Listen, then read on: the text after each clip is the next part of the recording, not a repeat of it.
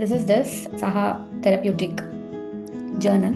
So this book is like Diagnosing a disorder is needed by a professional and so similarly if you're stuck in your life, you want to go ahead in your life, or if something is triggering you from the past, just you are asking help from the professional who can let you identify which part needs healing.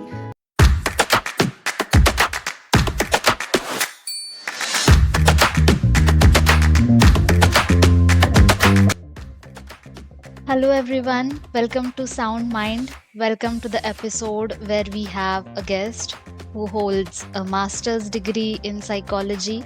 She is a life coach, she is a leadership coach and a corporate trainer. The very first thing I wanted to ask you is about your work a little bit and a small brief about your journey so far in this field. Okay, so I'll start. Who am I first? So, to start with, I have a bachelor's degree in engineering, and then I went into IT for 12 years as a technical writer. And then something hit me like during COVID, it was very hard time for everyone. So by then I started my master's degree in psychology to go with what is mental health, why it is affecting people, how can I support them. That is what it all started. So I started my master's degree. Side by side, I went and finished my life coaching certification. And also, I did so many courses like outbound trainers for corporate training, and then NLP master practitioner and master trainer. All those things I have been doing side by side. So, this is my career path for now. And into this coaching and psychology for the last 2.5 years. It's been a great journey to work with people one on one and to do corporate training as well, since one on one is like still a taboo for so many people, right? Coming to a psychologist office, they feel like they have some big issues. So it's still a taboo, but still when we go for a broader audience like corporate training and other stuff, when we give so many information about how it is useful for them and all those things, they start to think in a perspective that we need coaching or we need a psychologist intervention to help them where they are to go further. So that is how it is. And it's a great thing to work with people when they think like when we do some changes in their life, and even if it is a tiny bit of change, it's going to make a very big thing for them. So so that way I feel when they share their feedbacks after some 1 year or something, they come and share me that I'm doing very good in my life now. That gives you one happiness inside you that the sole purpose is done. And to come with my book. So this Saha therapeutic journal. So this book is like so I have my clients, one-on-one clients coming to me every now and then, and I give so many worksheets for them to work on a daily basis in between the sessions. So when I give the sheets, they work on and they feel what is their ideas about those questions. When they are stuck, it helps them to rethink the pattern. They change their mindset and all those things. So I thought like therapy is not a easy step for everyone to come and take that. And to my clients, especially, they take some 5, 6 sessions and then they take a break and then they feel stuck again and then they come to the office.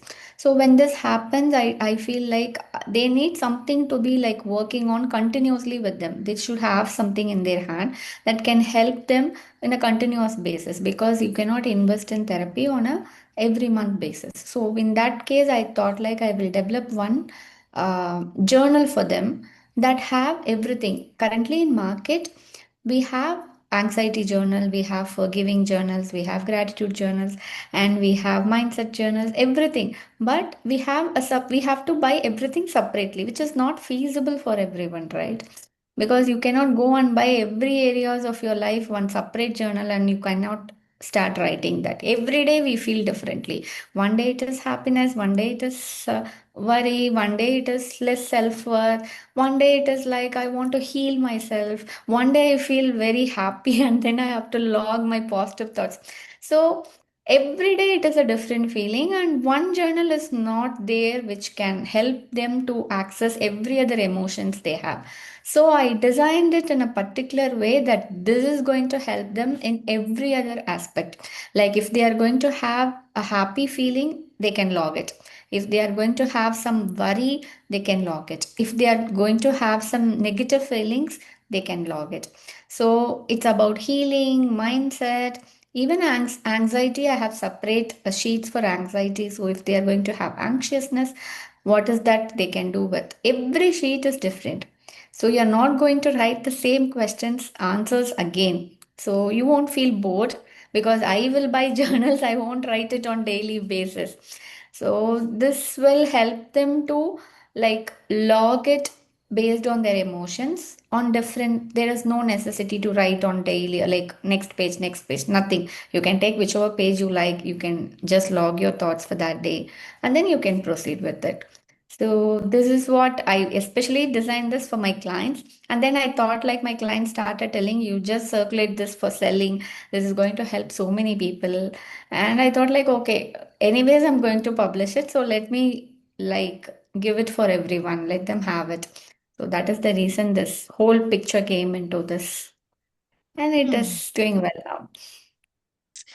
Yeah, I mean, it takes a lot of time to establish, and now that you have shared that you had such a great response and your clients are themselves coming up and telling you about that, uh, the work they are doing with you is helping them, and they motivated you to publish this journal, launch this journal outside of your client community, your clientele, is, I think that reflects the credibility of your work. So a lot of things that you shared, I would definitely love to, discuss more about the journal one by one. So how the journal, like how will the journal help from your journal? It will be great for the audience to understand what actually the journal uh,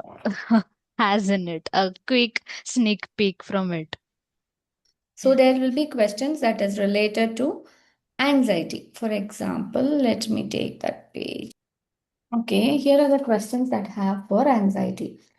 What triggered their anxiety in the first place? Maybe the situation, a thought, a memory, a person, or event. Why they are anxious about a particular situation, and what they are afraid will happen.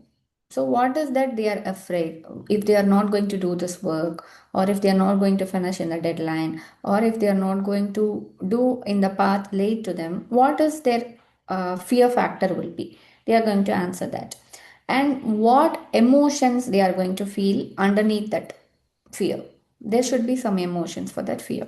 So they are going to have, whether it is shame, it is uncertainty, or guilt, overwhelming, sadness, or what is that they will be writing that. And how does this show up in their body? So they have to connect with the body. We have dealt with what is that emotion, and then we are going into the connecting with the body. So body remembers everything. So where does this emotion feel in their body? What is the factor and what is the story? What is actually the fact that is associated with the situation, and what is the story they are going to have with, for that fact? And is this thought really 100% true? So, what support do they need currently for that thought? So, these are the questions they will handle. Hmm. Also, there are like if it is related to self-worth, there are separate sections for self-worth where they can answer moments that prove my worth or honoring my growth. All Hmm. those pages will answer about this self-worth or rewriting that inner critic. There is a page for that. So all this when it is related to self-worth. So they have to understand where they are operating from, whether it is anxious part or it is self-worth part. If it is anxious, they have a separate page. If it is self-worth related, they have different set of questions for that. That is a really well thought and structured format. So, I get to hear a lot that I do want to start journaling, but I'm not sure what to write, and I'm not sure how to start, how to begin. How would you guide want to start journaling, who want to start writing, but does not have a direction to it? So if you can just give a guidance on these beginner level journaling techniques. True. So, see, if you're going to see this journal, Mm-hmm. there are questions. So you have to just answer those questions in each page. So Mm-hmm. for writing journals, right? So people in earlier days, they used to write diary. Right. It's like take a new diary, write every day whatever that comes to their mind. They want to just keep a note of all the incidents and they start writing diaries. And then there was a generation that completely forgot what to write and why to write and everything. So now the journaling is coming back into the picture, but it is like it is not with whatever you want to write. It is about what you want to write. You can just pick it up. For example, the easy way to begin journaling is writing gratitudes. So gratitudes comes with different parts. Like even in this journal, I have given gratitude sections actually. So you can write gratitude for yourself, which we always forget. We tend to give gratitude for everyone, but not for ourselves. So you can write gratitude for yourself first and for the relationships you have in your life. Either it can be your parents, your cousins, your kids, or your in laws, your colleague relationships, your friends, or any kinds of relationship you have in your life. You can start giving gratitude to those persons. And then comes your for body.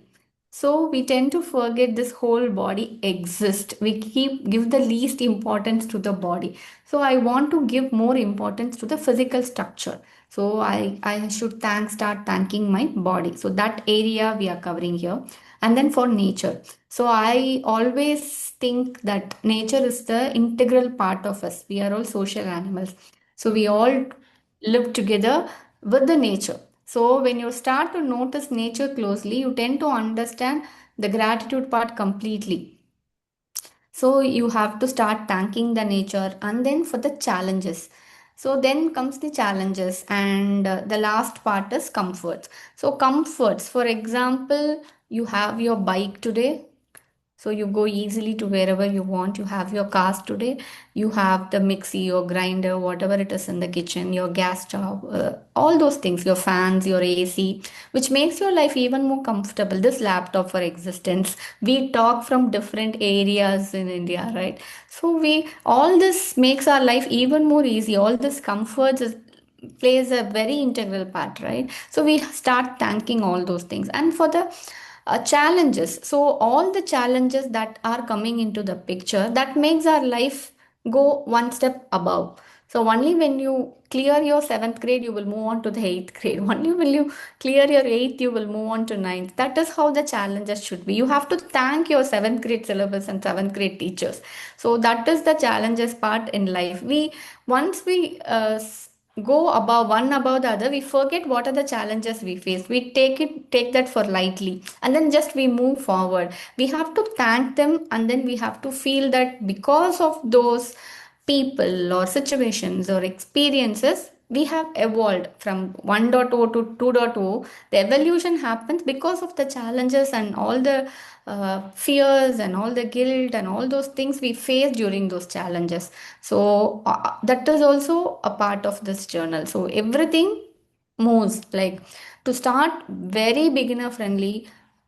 Take a note, write 5 gratitudes at least daily from different areas of your life.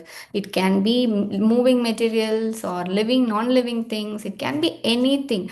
Don't ever feel like, is this worth of writing? Even I would write, I should thank my lipstick.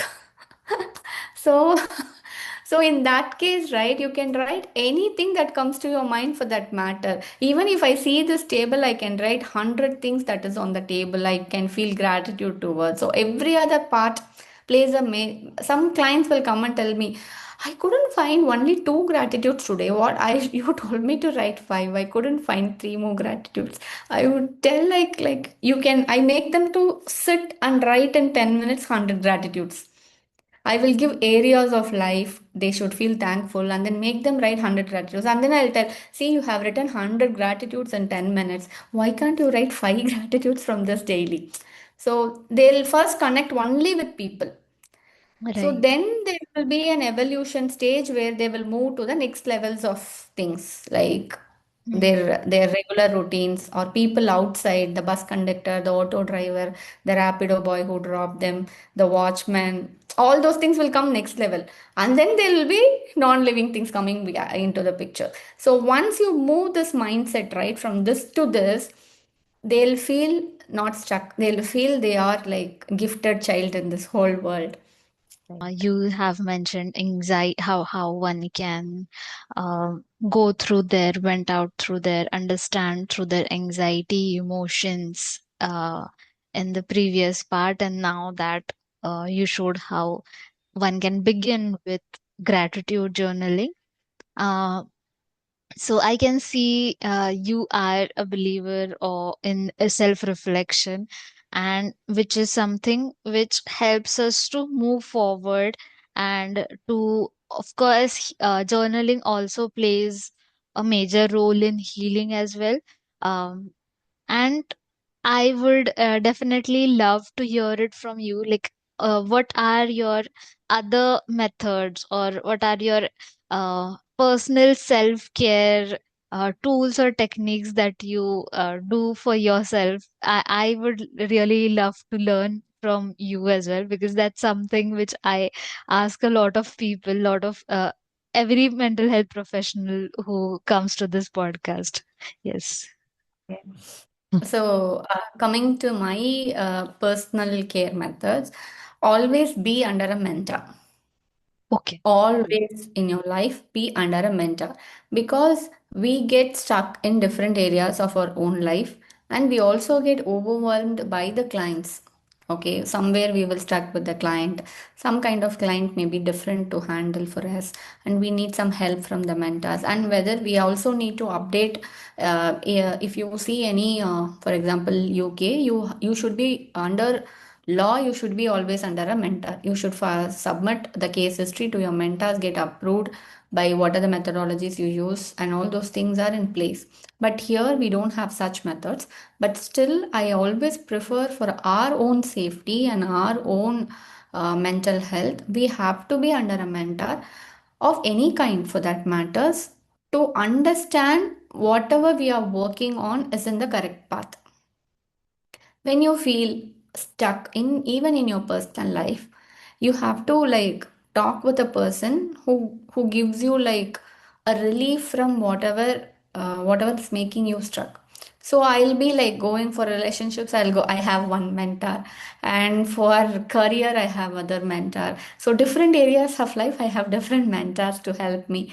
So those the other people, they are just a call away for me. I worked under different people, so they're just a call away from me. And when I just call and then talk about certain issues, it won't be like a coach client or a counselor client relationship. It will be like they'll be talking on a very higher level for us because already I'm a counselor and a coach. It'll be like in 5 minutes they'll tell like why this happened, why did you, they'll ask some provoking questions, and you know what is the mistake you're doing in the current situation, and they'll be like, okay, I'm done, I got the answers. And then it will be like hardly 5 7 minutes, that is all the whole call will be, and you'll be like very fresh. Okay, I know this is the mistake and I have to correct on the course correction. And then I believe in uh, taking more self-care process. So the self-care can be any areas of your life. For example, it can be reading books, it can be going to theaters, or it can be going out with your friends, or vacations, or anything that you need to like empty your bottle somehow. So you take vacations, or you take whatever is feasible for you, whatever is for me, yoga is such thing. I don't want to miss yoga, so because that is how I connect with my body.